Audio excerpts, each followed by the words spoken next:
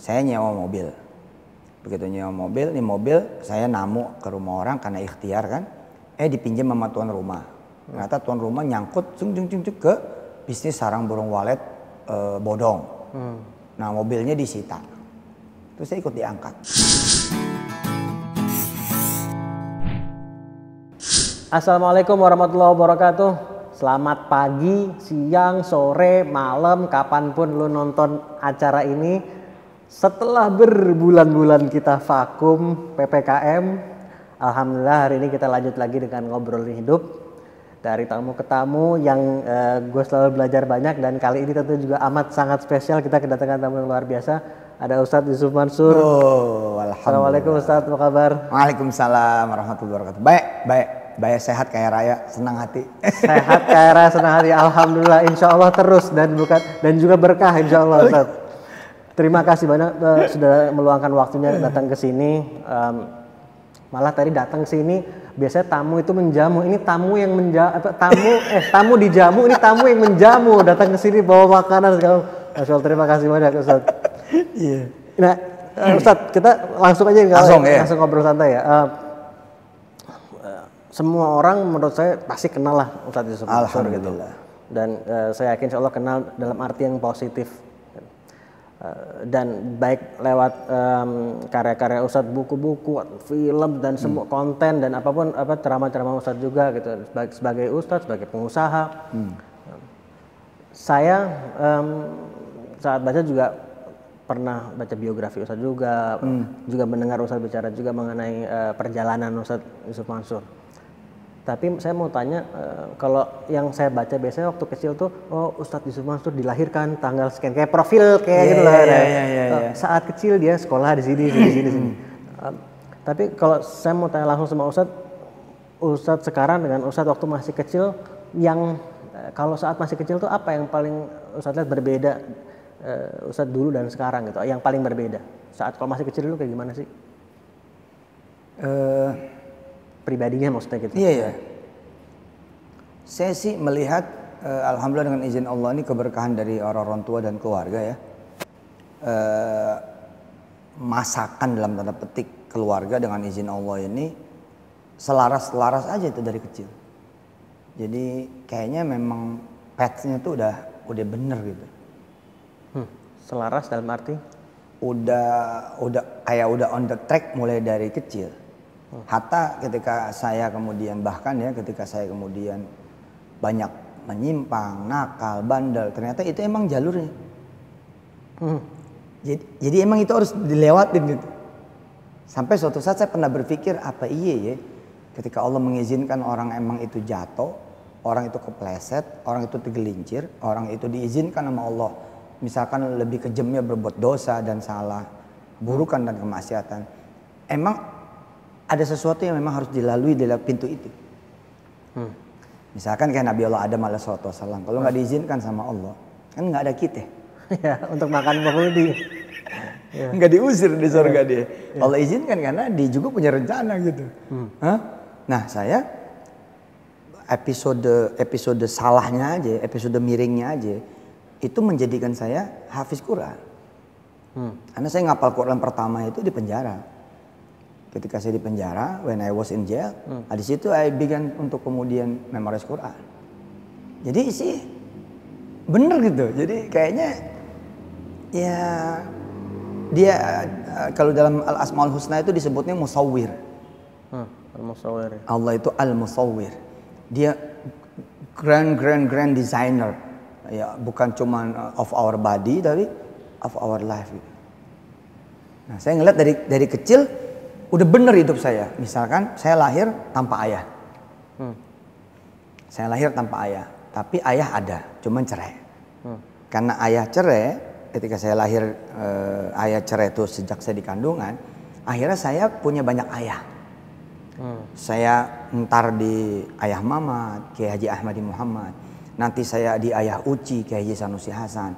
Nanti saya di Cang Akib, Kiai Haji Akib Mahbub. Nanti saya ada di A, di C, B, C, C, C, D, paman-paman. Semua ganti-gantian mengampu saya sampai kemudian saya usia-usia kira-kira sanawiyah, SMP, junior high school. So, yang lain cuma punya satu model ayah, saya punya more than 10 ayahs gitu loh. Ayah single kan, ayas pakai S. Ya. Ayah, fathers, ayah. Jadi ya sesuatu yang dulu saya sesali gitu ya, kenapa yang lain ada ayah saya nggak ada gitu. Oh ternyata saya malah diberi kesempatan untuk kemudian ketemu dengan banyak ayah yang profil ayahnya itu beda-beda, keahliannya beda-beda, passionnya beda-beda, bidangnya beda-beda. Akhirnya saya kayak berkumpul nih di diri saya sekarang ini. Makanya saya ke olahraga ke bisnis gitu kan, ke food ke masakan ke banyak gitu loh. Karena memang backgroundnya banyak. Coba kalau saya ada ayah, ya dia doang kan gitu. Ya. Yang jadi patokan utamanya gitu. Jadi kalau ditanya masa kecilnya gimana sampai sekarang, saya tidak melihat adanya kontradiksi gitu. Semua benar-benar menuju pada satu titik emang udah digariskan oleh Allah Jalla Jalaluhu. Kalau soal kan yang saya baca Ustaz juga dari sekolah dulu suka belajar untuk berpidato, ceramah gitu kan. Itu kan biasanya orang yang berceramah berpidato kan juga ada kepercayaan diri lah gitu kan. Dan saya pun sekarang melihat Ustaz juga orang yang percaya diri, pede lah gitu. Nah, dalam arti sangat positif tentunya gitu kan. Ada orang yang terus over juga. Kan Ustaz kan enggak kalau saya melihatnya. Nah, tapi apakah dari kecil juga sudah seperti itu? Ya, atau saya dibentuk atau gimana? Saya ingat mulai ceramah itu kalau kata nenek saya dan ibu saya mulai berceramah umur 4 tahun 5 tahun. Masya Allah. Iya, umur 4-5 tahun udah didudukin di atas meja pakai mic. Dulu ada pengajian keluarga gitu. Ya saya ceramah. Disesuaikan materinya bocah. Ya. Nah, ketika saya mulai bisa mengingat kira-kira umur 6-7 tahun, memang ayah kami, salah satu pamanda kami yang saya panggilnya juga ayah, itu membuatkan narasi. Jadi saya ditulisin, nih Mang, panggilan saya Mang gitu. Jam'an nama asli saya, nama Yaman ini Jam'an. Mang nih apalin gitu, nanti tampil gitu. Nah, saya apalin skrip itu, naskah itu kemudian saya ceramah. Gitu. Dan itu ada clippingan pos kota tahun itu. Tahun 80 sebelum saya disunat 84, 82, 83. Ada clippingan pos kota, judulnya di situ Dai Cilik. Saya megang mic, teman nggak tahu di mana tuh fotonya tuh. Nah, kemudian ada masa saya nggak suka ceramah. Jadi umur kurang lebih 10 tahun saya nggak suka ceramah. Kenapa itu?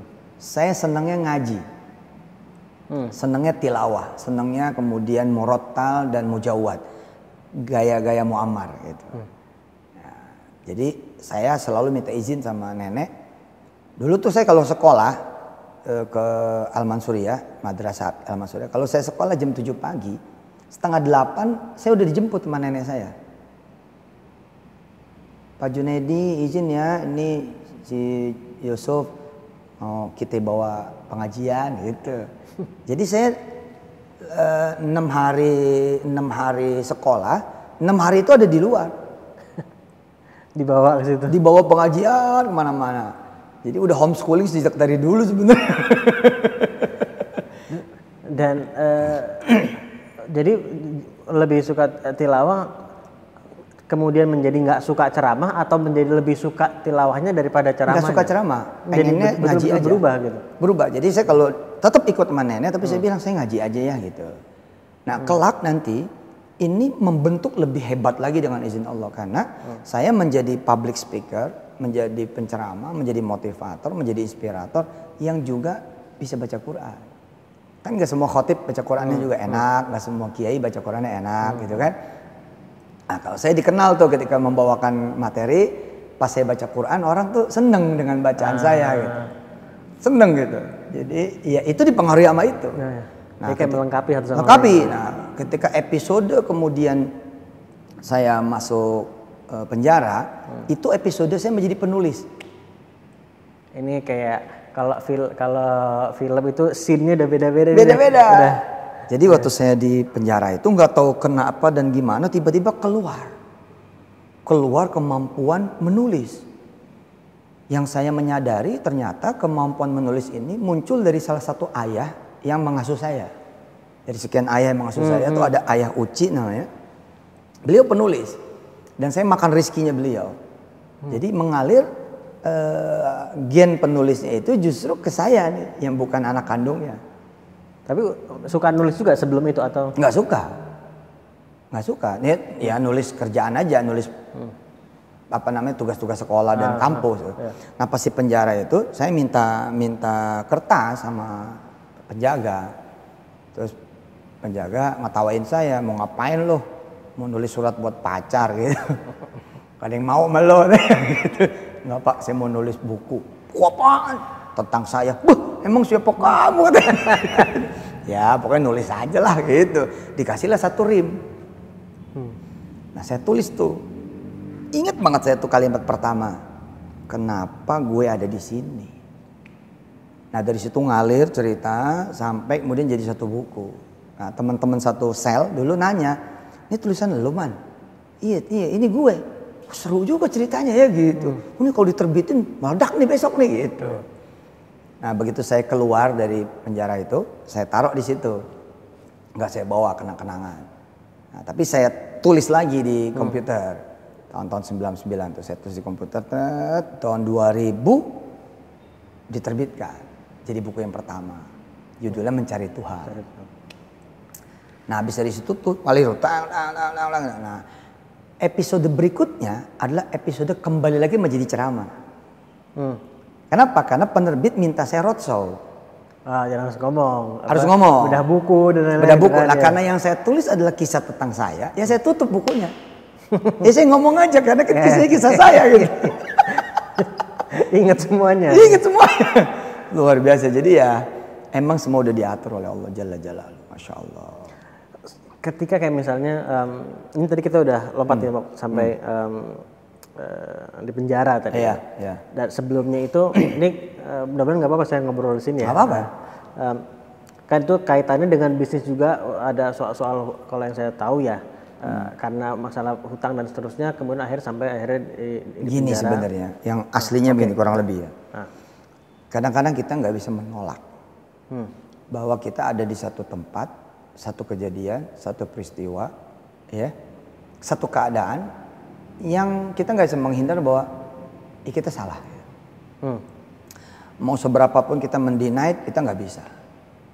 Ya udah ribet istilahnya gitu. Ya sudah, kita jalani saja. Misal ada satu kasus, saya nyewa mobil. Begitu nyewa mobil, nih mobil saya namu ke rumah orang karena ikhtiar kan. Dipinjam sama tuan rumah. Ternyata tuan rumah nyangkut ke bisnis sarang burung walet bodong. Nah mobilnya disita. Terus saya ikut diangkat. Kayak gitu-gitu tuh agak ribet gitu. Ya kecuali menjalani gitu. Terus ada lagi, terseret gitu. Dan saya alhamdulillah saya dari dulu mencoba bernarasi positif. Saya merasa ini mesti ada maksud dari Allah. Itu aja yang saya pegang.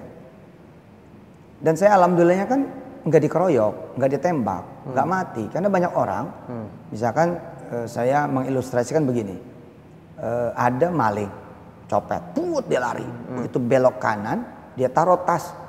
Dilempar tas ke anak muda yang kaosnya sama. Begitu orang nyusul, ketemu nih anak dan digebukin mati. Ternyata anak ini bukan maling asli. Tasnya gue udah kosong. Nah saya bukan dia gitu, masih selamat. Kan banyak kan kasus salah tangkep, baru keungkap udah 7 tahun berikutnya. Lah kalau cuman begini aja mah saya terima. Gitu. Dan memang ada kesalahan saya. Sampai sekarang narasi ada kesalahan saya itu selalu saya pertahankan untuk tidak membuat kita tinggi hati. Untuk tidak membuat kita itu tidak pantas begini gitu. Kan kadang-kadang kan ada orang, gue nih gak pantas diginiin. Ada kan? Apa sih?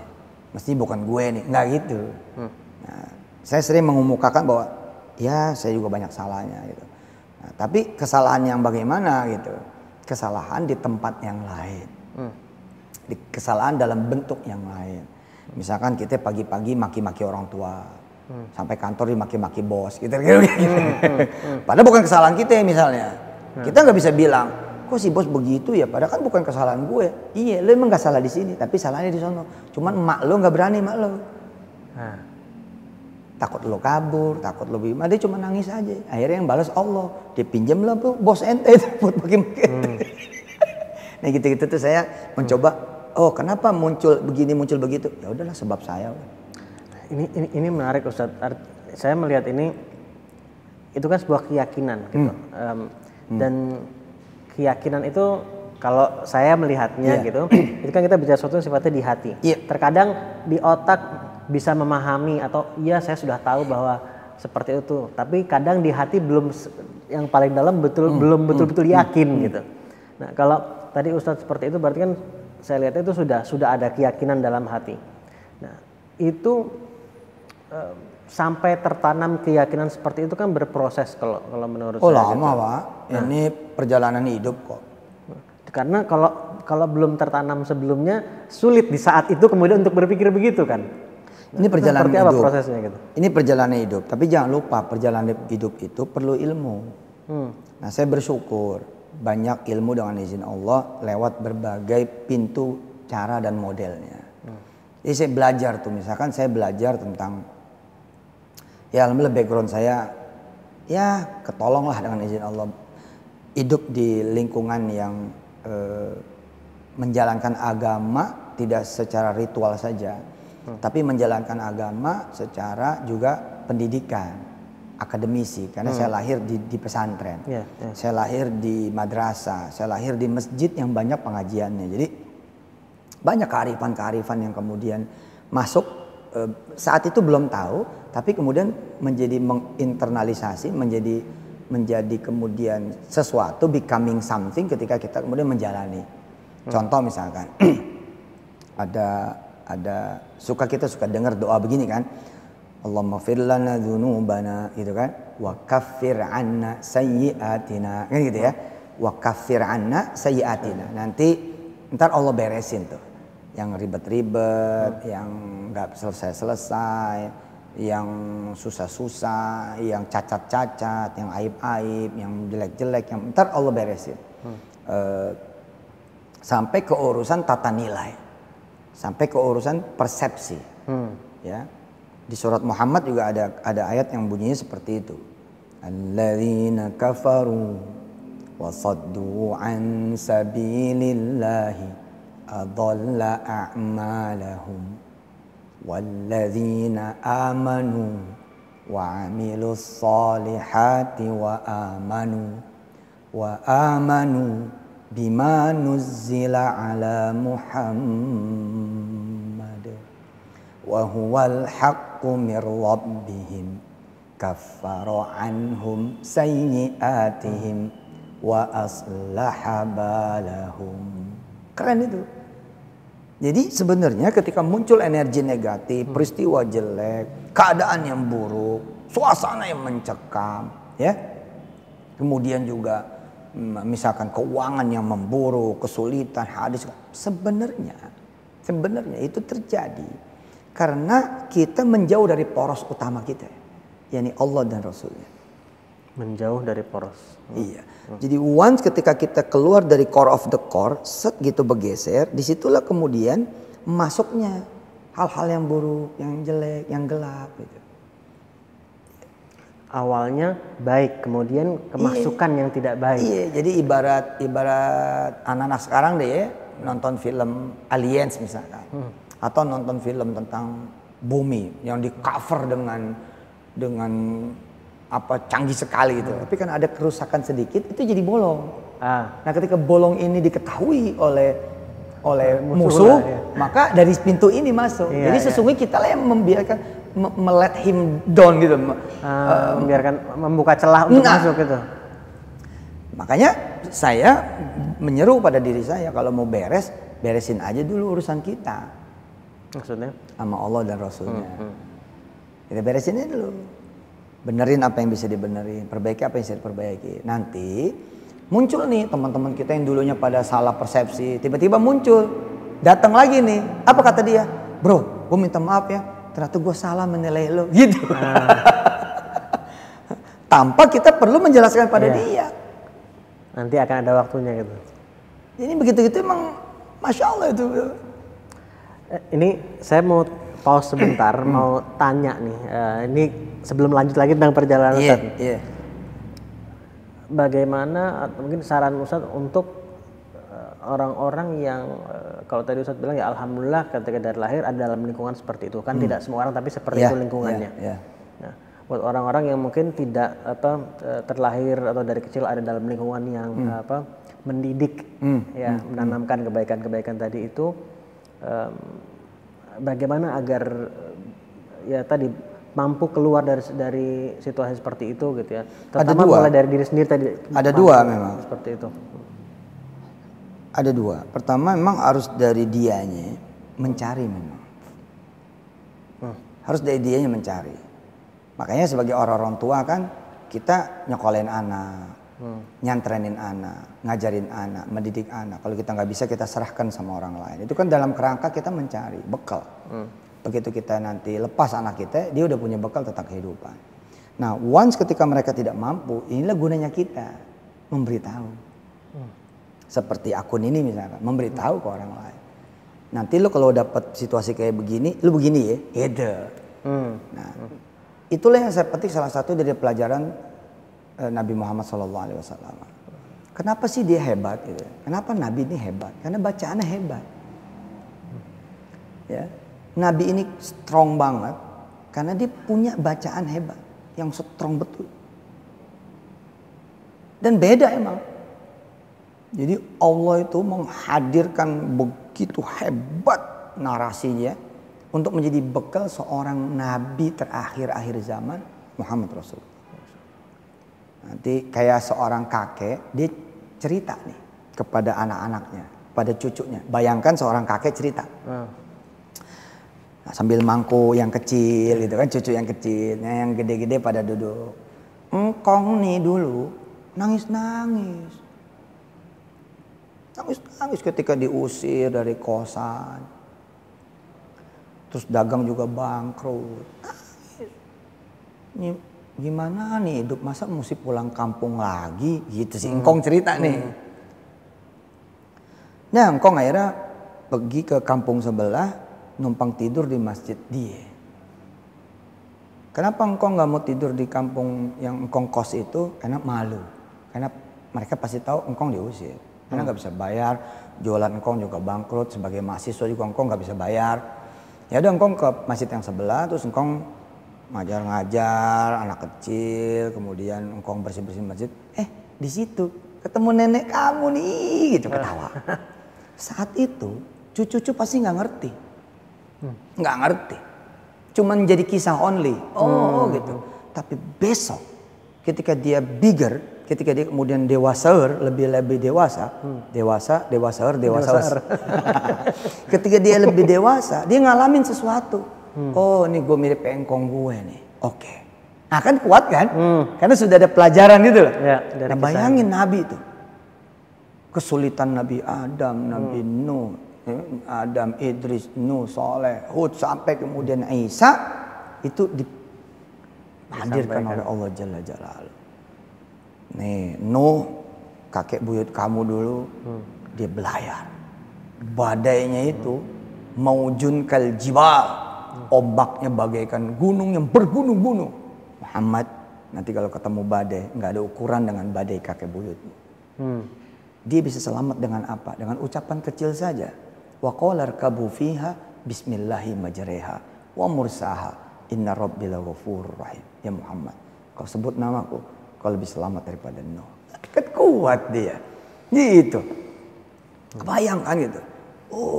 Nah, menghadirkan itu. Aha momen itu. Nah, itu memang mesti menjalani. Gitu. Ada proses tuh di situ.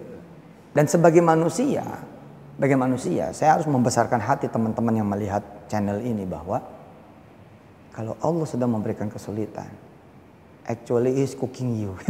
Dia sedang memasak Anda. Jangan khawatir. Emang ada banyak potensi kita yang harus keluar itu nggak bisa kecuali dengan jalan dimasak seperti itu. Kadang masakan enaknya kalau masih mentah nggak enak. Nah, begitu udah jadi nasi goreng kan cantik gitu kan, apalagi ada hiasan-hiasannya. Kalau masih berantakan siapa yang mau gitu kan? Dipotong-potong, dibelek, dibakar, dikukus, direbus ya kan, direndam. Menghadirkan kesadaran bahwa ia sedang dimasak itu yang kadang kan tidak semudah itu kan. Tapi kan Allah sabar, Pak. Saya nggak pernah melihat pelatih terbaik kecuali Allah. Kitanya yang sabar apa enggak kan gitu, Sob? Kitanya sabar apa enggak nggak ada urusan. Karena kita memiliki pelatih yang sangat sabar. Nanti kalau kita bisa merasakan itu, kita akan merasakan betapa agungnya kasih sayang dia kepada kita. Kita nih kalau ngajar renang anak kagak bisa-bisa, gue tinggal tuh anak ya kan. Gue malas ngajarin dia nggak bisa-bisa gitu kan. Tuhan tuh nggak begitu. Ditungguin terus sama dia. Ditungguin terus. Diajari terus, nggak kena yang di sini, nggak kena yang di sini, nggak kena di sini, betul itu, itu betul. Nggak pernah meninggalkan kita dan selalu mengajarkan kita. Beruntung kita punya pengajar yang as-sabur. Kalau nggak ada kesempatan kita. Jadi kitanya yang perlu menyadari bahwa ini adalah pelatihan. Iya, kan banyak orang nanti di langkah ke-99 belum menyadari. Oh iya. Gitu. Nyampe juga. Jadi kalau ada orang-orang yang masih belum nyampe ya nggak apa-apa ya terus itu. Saya pernah membaca, saya nggak tahu tulisan siapa, saya nggak ingat, tapi kalimatnya kurang lebih bahwa pembelajaran dalam hidup itu atau lesson in your life itu akan terus repeated diulang terus sampai kamu belajar gitu. Ya got the message. Ya got the message. Artinya ya pahami pesannya. Kita sudah pahami pesannya, termasuk pesan alam seperti apa. Ketika kita bisa memahami pesannya, insya Allah kita bakal kalem, bakal tenang. Gitu. Dan kadang ada orang yang butuh beberapa kali ya itulah proses dia. Ya. Itu proses dia. Itu proses dia. Apa? Proses Ustadz sekarang tadi menulis buku sampai kemudian buku itu juga sampai ke banyak orang yang membaca, ke banyak pembaca. Kemudian saya pernah lupa baca atau nonton ya bahwa cerita Ustadz tentang ngasih makan semut. Semut ya. Ya itu episode awal membuka tabir dunia sedekah. Ya Allah saya bosan banget nih miskin, ya Allah bosan, asli bosan.